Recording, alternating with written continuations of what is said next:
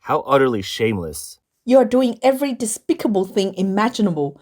Putting steel balls inside? What is this nonsense? It weighs 5 or 6 pounds with all those steel balls in there. So many of them. On December 31st, 2024, a person from Zhoushan, Zhejiang province dropped a bombshell. After buying a fish and bringing it home, they sliced it open only to find 5 or 6 pounds of steel balls stuffed inside its belly. Clearly, the merchant had rigged the fish to boost its weight. The discovery left the person's family fuming, cursing the seller for their shameless dishonesty. These fraudulent tactics just keep coming, from stuffing fish bellies with stones and dirt, to injecting seafood with water, or packing it with mud. Unscrupulous merchants stop at nothing, leaving consumers powerless to protect themselves. In another shocking revelation, a housewife shared her own ordeal. She had unknowingly purchased fake eggs. 大家看看这个假鸡蛋啊，我用快速镜头放给你们看看，你们看啊。Take a look at this fake egg, everyone. The egg white? No idea what it's made of, but it looks eerily convincing. The shell seems normal too. So how do they pull this off? I'm baffled. Check out this yolk. It's like a ping-pong ball. Watch it bounce. Clack, clack, clack. It's practically jumping. A real yolk crumbles into a sandy texture, feels heavy in your hand, and if you're not careful, it breaks and splits in two. But this one? You can't even crack it open. How do they make this? Can you even eat it? Just how low will these people sink for a quick buck? They'll stop at nothing. And here's the thing. Sure, you make some money now, but you're only hurting yourself in the end. People buy this fake stuff once, realize it's a scam, and never come back. That egg white? Who knows what's in it? Some kind of glue, maybe? Ugh, it's downright harmful. A vlogger recently uncovered a sneaky new seafood scam that's got everyone talking. 来，朋友们，今天有一个新的骗局啊，叫我中了。 Friends, today I fell for a brand new trick, this so-called wild sea shrimp. Here's the story. A truck driver delivering seafood to a nearby restaurant had 2 or 3 boxes of shrimp left over. He offered them cheap, saying they were a steal. The shrimp looked decent, 200 yuan per box, so the blogger took the deal. But when he got home and thawed them out, things took a turn. After boiling them in hot water, he found nothing but empty shells. Turns out, it was mostly ice. The top layer had some bigger shrimp to fool you, but underneath, just a pile of seafood scraps and ice blocks. From the outside, every box looked gorgeous until the ice melted, revealing the truth.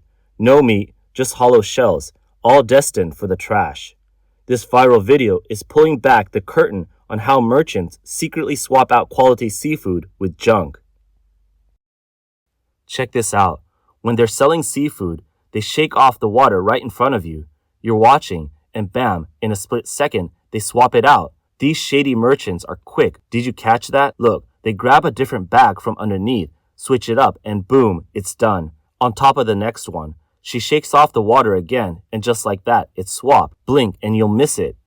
In China's domestic tourism industry, forced shopping and rip-offs are all too common. During this year's Chinese New Year holiday, on February 28th, thousands of tourists in Yunnan province were locked inside a shopping store and told they had to buy latex mattresses. If they didn't buy, they couldn't leave, not even to use the bathroom, with staff watching their every move. 上千名游客被关在购物店不让走。 Yunnan's back in the spotlight, and not for a good reason. Thousands of tourists were locked inside a shopping store, unable to leave, and forced to buy latex mattresses. The visitors lost it, shouting, "We came to Yunnan to travel, not to sit through lectures about latex mattresses." But their outrage didn't matter. These tour group travelers were told they had to buy a mattress, or they weren't going anywhere. This group, around 30 tour buses, totaling over 1,000 people, all trapped in the store. And get this, even by afternoon, they still weren't allowed to leave. According to the tourists, as soon as they got off the buses, they were herded into separate rooms. One bus, one room. Then the sales pitch began.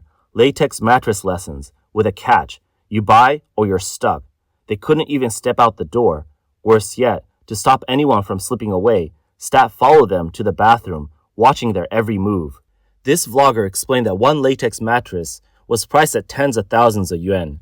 Naturally, Tons of tourists thought it was too expensive and refused to buy, leading to a tense standoff.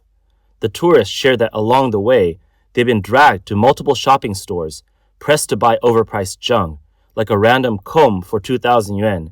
They had joined the Yunnan tour group thinking it'd be a convenient way to travel, only to realize they've been totally scammed. In fact, across all industries in China, countless incidents of customer exploitation have piled up over the years. One blogger posted a video breaking down exactly why you should stay clear of Hainan's Sanya. 三亚我去过一次就不去了。 Sanya, I went once and I'm never going back. The blogger said he's done with Sanya for good, and he's warning everyone else to stay away too. Calling himself a victim, he shared his story. He bought a pair of swim trunks in Sanya for a jaw-dropping 2,500 yuan. Meanwhile, his friend snagged the exact same pair at a supermarket next door for just 40 yuan. The blogger also talked about a terrifying diving experience in Sanya. You need a dive mask to go underwater, right? Well, he heard about a case that's downright chilling, practically like murder. After going down, the dive instructor demanded money for photos. If you refused, the instructor would rip your dive mask right off. According to Chinese media last year, the Sanya City Public Security Bureau cracked down on a gang operating near the southern waters of Sanya. This group used illegal tactics to force tourists into accepting underwater photography services, engaging in coerced transactions. It's not just tourism. Across all sorts of industries in China, there are shady unwritten rules that harm people. Take the tire repair business, for example. Some have even invented tools specifically designed to secretly puncture tires just to drum up business.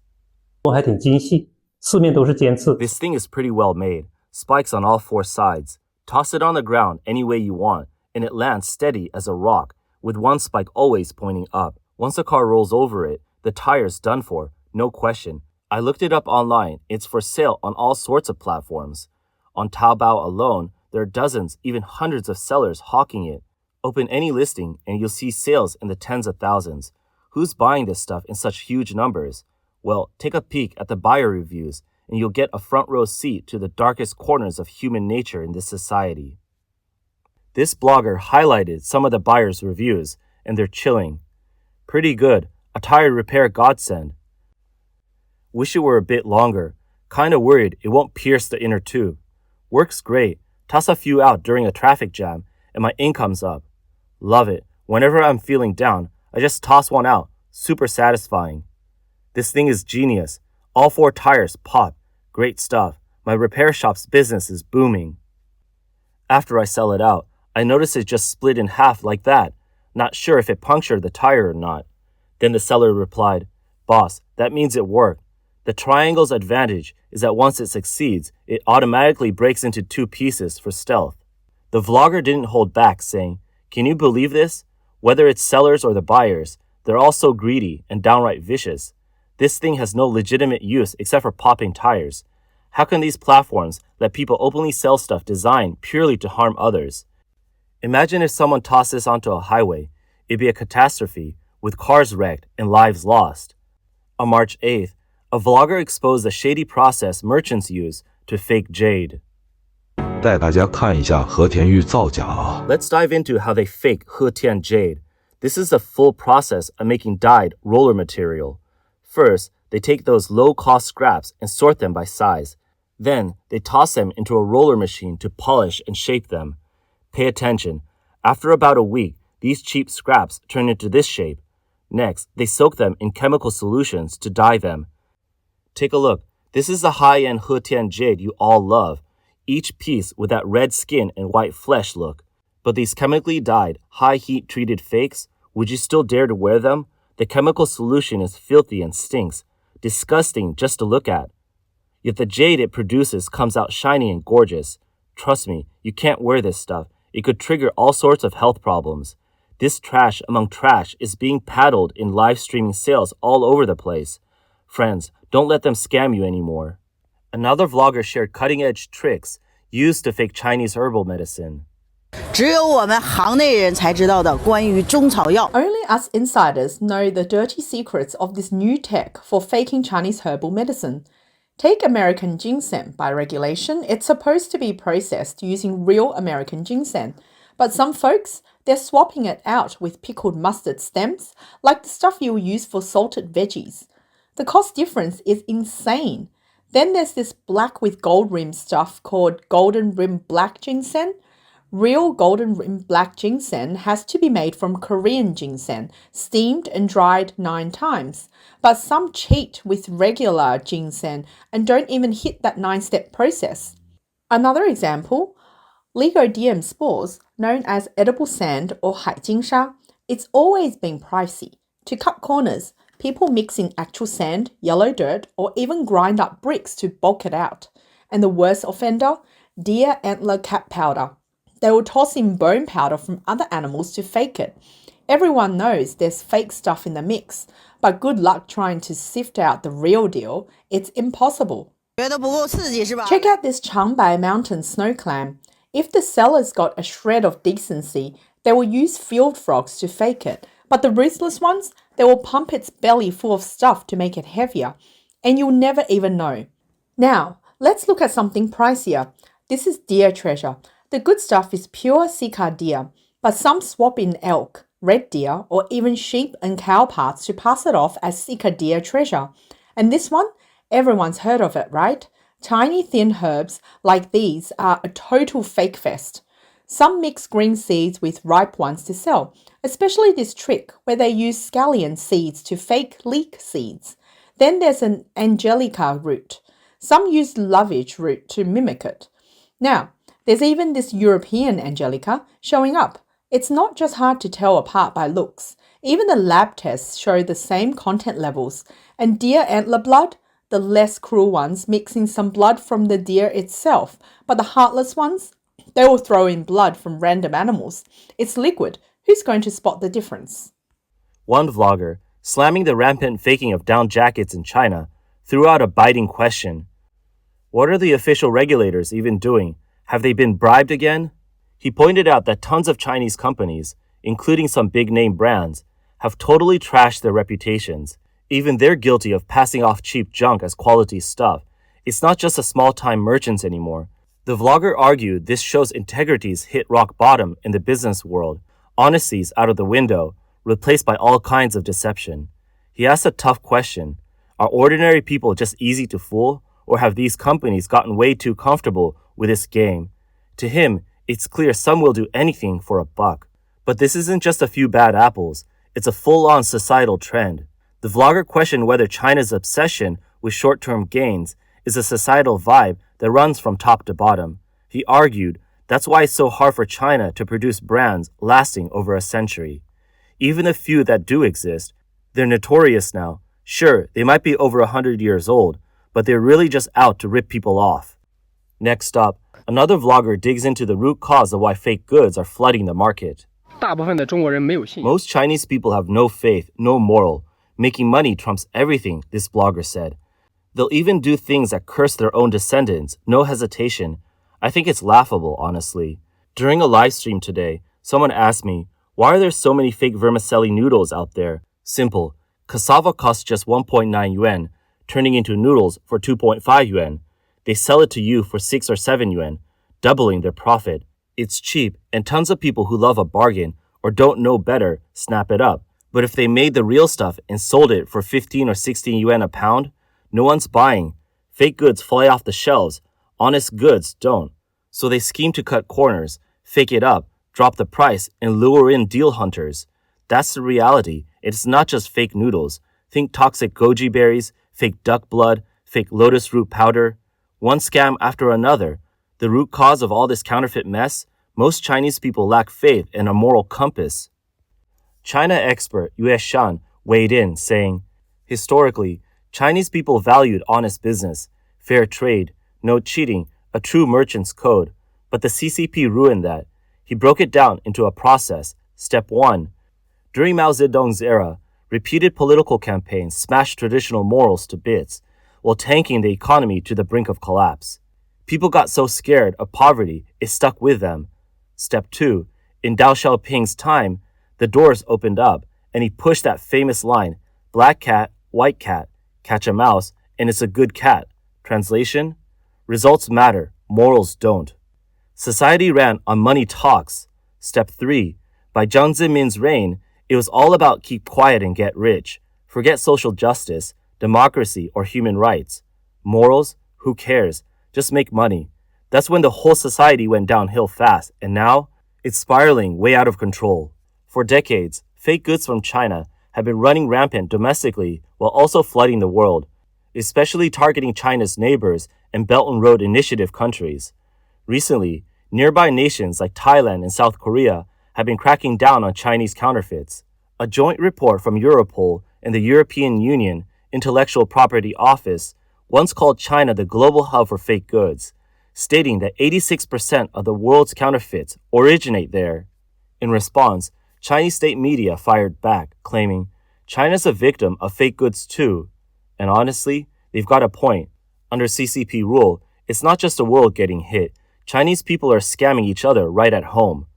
Meanwhile, in recent years, China's consumer spending power has been tanking. On March 6, Chinese media reported a deep dive into data released by cities across the country. The findings are that in 2024, China's total retail sales of consumer goods grew by just 3.5%.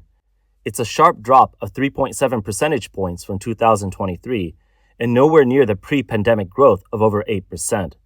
Big hitters like Shanghai, Beijing, Shenzhen, Chongqing, and Guangzhou are showing clear signs of consumer burnout. Tianjin's retail sales even slid into negative territory, while cities like Jinan, Foshan, and Dongguan are hovering near zero growth. The slowdown is real, and it's hitting hard. Among all cities, the tourism hotspot of Hainan Sanya saw the weakest growth in retail sales. Data released by Hainan's Customs in early January this year backs it up.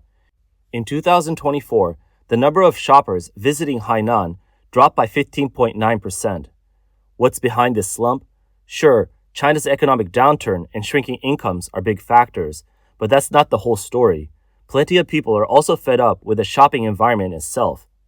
Recently, the CCP announced the 3-year action plan to optimize the consumer environment 2025 to 2027, mandating that by 2027, all regions must significantly enhance the consumer environment and support consumption upgrades. This initiative includes stringent measures against non-compliant pricing, price fraud, business deception, and false advertising, addressing various illegal practices that undermine consumer trust. This move confirms that the authorities are aware of how deceptive business practices are affecting consumer confidence. However, similar initiatives are launched annually with little to no visible impact, as they often result in short-lived enforcement with minimal follow-through. In late 2024, China Central Television reported that nationwide food safety spot checks had a 99.2% pass rate, and drug inspections consistently exceeded 99%. Despite these impressive statistics, the announcement was met with cynicism among Chinese netizens, prompting some state media to restrict comments to avoid further criticism. Mr. Li, formerly employed at a dry seafood market, revealed that officials often pre-inform merchants about inspections, allowing them to temporarily conceal problematic goods. After the inspectors leave, these items are displayed again. He noted that on regular days, these officials receive numerous benefits, and the goods sent for inspection are carefully selected, high-quality items, which are effectively gifts to the officials for their personal use after inspection. A viral video from state media boasting that China's food is the safest in the world and the food safety checks have a nearly 100% pass rate has been widely mocked by netizens. 中国食品是全世界最安全的. China's food is the safest in the world. Food safety checks, nearly 100% pass rate. China expert Wang He commented on the government's alleged actions to address the disorder in the consumer market, stating that issues like tourist scams stem from a lack of morals among service providers. Additionally, problems such as food safety that affect consumer confidence have been neglected for years by the CCP's regulatory bodies, which now treat their routine responsibilities as a political campaign. This approach is not only absurd but likely superficial. He attributed the root cause to the CCP's long-term destruction of traditional culture, which he believes has eroded social morality among many Chinese people. Wang He also noted that currently, the public faces a dual dilemma: lack of funds for spending and a reluctance to spend even when financial means are available. He argued that the government's 3-year action plan cannot resolve these issues if people cannot afford to purchase goods. While low-cost, high-quality products might stimulate some consumer activity, he questioned the feasibility of consistently delivering such value. Taiwanese economist Zheng Zhenbing observed that in all developed nations, consumption accounts for a significant portion of the economy, approximately 60% to 70%. However, in China, consumption remains around 40% of GDP. He highlighted that China's economic growth in 2024 was even poorer than reported, with the impending challenge of Trump's tariffs potentially leading to a significant economic downturn. Zheng argued that governmental efforts to enhance the consumer environment are ineffective and merely bureaucratic posturing. While these initiatives might generate some initial positive publicity, he believes the public would quickly recognize their ineffectiveness.